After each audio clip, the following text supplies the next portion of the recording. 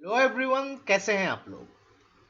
29 जुलाई 2020 यहां पे भारत के कैबिनेट ने नेशनल एजुकेशनल पॉलिसी 2020 इसको अप्रूव कर दिया गया है। तो देखिए, हमारे जो फंडामेंटल राइट्स है उसमें राइट टू फ्रीडम में राइट टू एजुकेशन के बारे में मेंशन है कि आप किसी भी वक्त किसी भी उम्र में कुछ भी पढ़ाई कर सकते हैं। पढ़ाई करने के लिए ये जो है आपका फंडामेंटल राइट है। तो यहाँ पे नेशनल एजुकेशन पॉलिसी 2020 में काफी सारे चेंजेस किए गए हैं। यहाँ पे जो है मेन मिनिस्ट्री ऑफ एचआरडी, इसका नाम चेंज करके अभी मिनिस्ट्री ऑफ एजुकेशन रख दिया गया है। लगभग 6% जो जीडीपी का ये एजुकेशन पे जो खर्च किया जाएगा, काफी सारे पॉइंट्स के ऊपर यहाँ पे चेंजेस किए गए हैं। काफी इंप्रूवमेंट्स के बारे में बात करेंगे यहाँ पे। तो बहुत कुछ चीजें सीखने को मिलेगा यहाँ पे। तो इस वीडियो को एंड तक बिल्कुल देखते रहिएगा। और इससे पहले अगर आप लोगों ने हमारे चैनल को अब तक सब्सक्राइब नहीं किया है तो इसको प्लीज सब्सक्राइब कर लीजिए, ताकि आने वाले ऐसे ही वीडियोस के नोटिफिकेशन इसी तरह आपको मिलते रहे। तो चलिए आज का वीडियो शुरू करते हैं।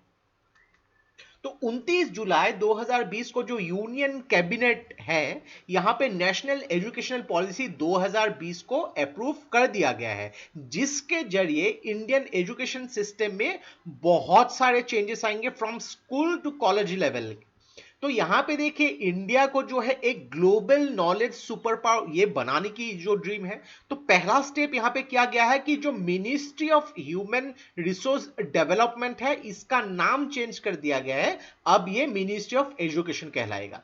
तो यहां पे जो है ये जब एजुकेशनल पॉलिसी काफी टाइम जो पहले अलग अलग टाइम में इसको चेंज करती हुई गई थी, तो इसको जो पहली बार चेंज किया गया था 1968 में।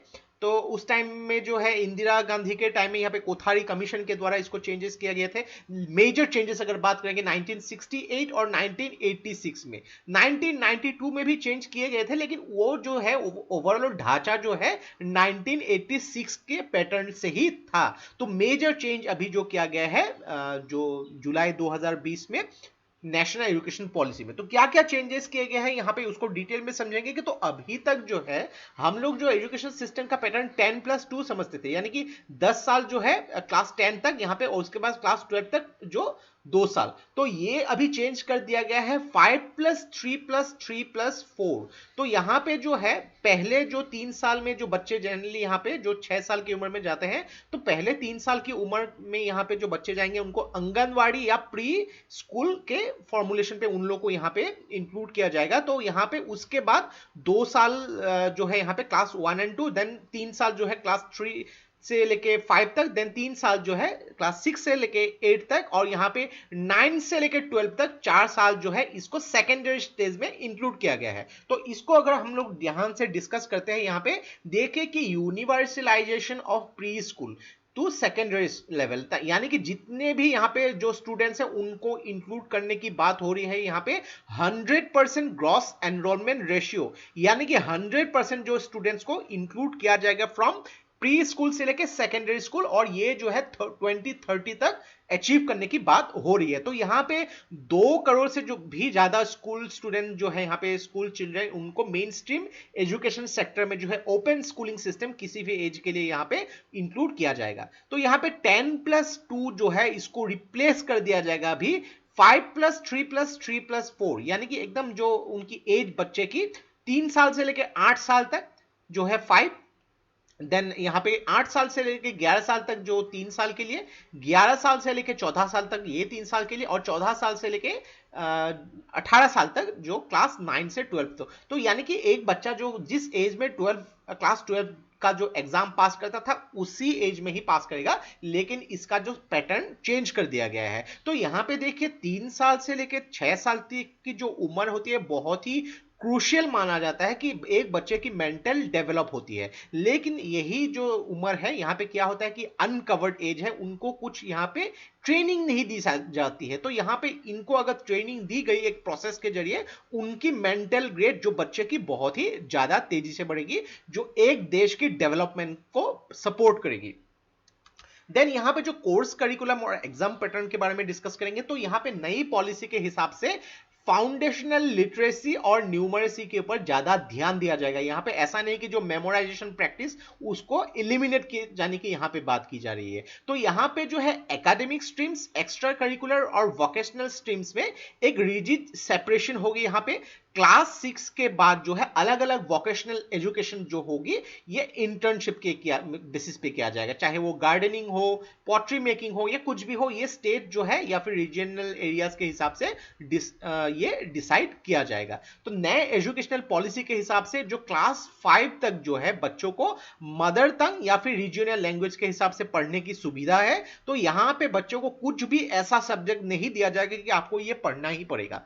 तो ये जो है 5 क्लास 5 तक जो है बच्चा अपने मदर टंग और ये रीजनल लैंग्वेज में ही स्टडी कर सकता है। यहाँ पे 360 डिग्री होलिस्टिक प्रोग्रेस कार्ड, जो यहाँ पे एक बच्चे की, एक स्टूडेंट की ओवरऑल प्रोग्रेस और उसकी लर्निंग की जो अचीवमेंट को यहाँ पे उसकी आउटकम को यहाँ पे हाईलाइट करेगी। नेक्स्ट यहाँ पे जो भी रिक्वायरमेंट जो है रिगार्डिंग टीचिंग उसमें भी थोड़े से चेंजेस किए गए हैं। तो देखिए यहाँ पे national curriculum framework for teacher education, तो यहाँ पे 2021 में इसको जो है इसको फॉर्मुलेट किया जाएगा।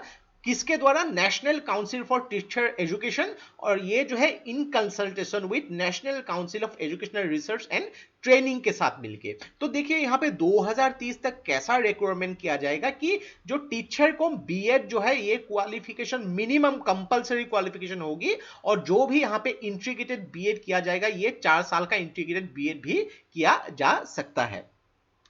नेक्स्ट यहाँ पे हायर एजुकेशन के बारे में बात करेंगे। तो यहाँ पे ग्रॉस एनरोलमेंट रेशियो जो है यहाँ पे 50%, यानी कि जितने भी यहाँ पे मौजूदा जो परसेंटेज है, जो लोग हायर एजुकेशन में आफ्टर 12 के बाद जो एनरोल होते हैं कॉलेज एजुकेशन में, ये 50% तक बढ़ाए जाने की बात किया जा रहा है 2035 तक। और इसमें 3.5 करोड़ सीट जो है हायर एजुकेशन के लिए यहाँ पे ऐड किए जाएंगे। बहुत ही इंपॉर्टेंट पॉइंट है यहाँ पे। हायर एजुकेशन की जो करिकुलम है ये फ्लेक्सिबिलिटी ऑफ सब्जेक्ट्स होगी। तो जनरली कैसा होता है कि अगर सपोज आप जो ग्रेजुएशन लेवल पे फिजिक्स ऑनर्स ले रहे हैं तो आपको मैथ्स लेनी ही पड़ेगी, बहुत सारे सब्जेक्ट्स आपको लेनी ही पड़ेगी, ऐसे कंपलसरी सब्जेक्ट्स है। तो यहाँ पे सब्जेक्ट्स को आप अभी खुद से चुन सकते हैं। तो यहाँ पे किसी भी स्टूडेंट को किसी भी वक्त अगर यहाँ पे एंट्री या एग्जिट किया जाएगा तो उनको उसके हिसाब से रिलेवेंट सर्टिफिकेशन भी दिए जाएंगे।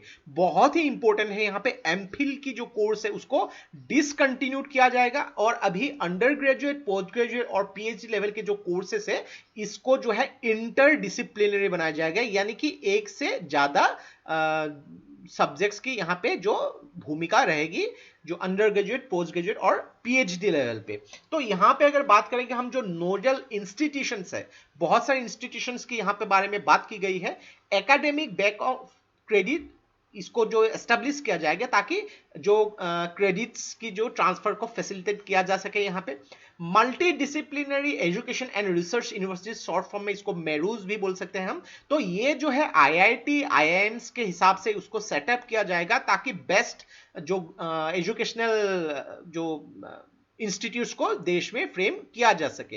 देन नेशनल रिसर्च फाउंडेशन, इसको भी क्रिएट किया जाएगा एज ए एपेक्स बॉडी, ताकि जो रिसर्च कल्चर हो या रिसर्च कैपेसिटी एजुकेशन को हायर करने के लिए इसको बढ़ाया जा सके। बहुत ही इंपॉर्टेंट पॉइंट है यहाँ पे higher education commission of India, SC, HECI इसको बोल सकते हैं हम शॉर्ट फॉर्म में। तो ये एज ए अम्ब्रेला के हिसाब से काम करेगी। तो किसके हिसाब से काम करेगी ये भी डिस्कस करेंगे हम। तो higher education commission of India ये एज ए अम्ब्रेला के हिसाब से काम करेगी। तो इसके अंदर 4 जो है जो काउंसिल रहेगी। तो पहला काउंसिल है यहाँ पे national higher educational regulatory council, जो रेगुलेशन के लिए सेटअप किया जाएगा। यहाँ पे जनरल एजुकेशनल काउंसिल जो स्टैंडर्ड सेटिंग के लिए सेटअप किया जाएगा।